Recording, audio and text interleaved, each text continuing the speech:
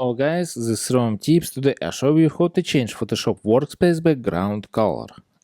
Subscribe and give me a like if this video helps you, because your feedback helps me and show you how to do it. Alright, open Photoshop and open project.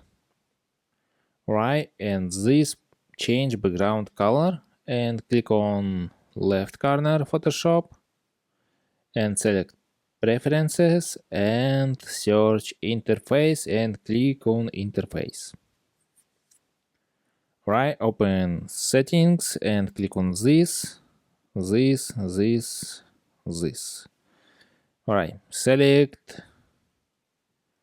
dark gray. And how to change this background? Standard screen mode. And select default, back, dark gray, medium gray, light gray, and custom.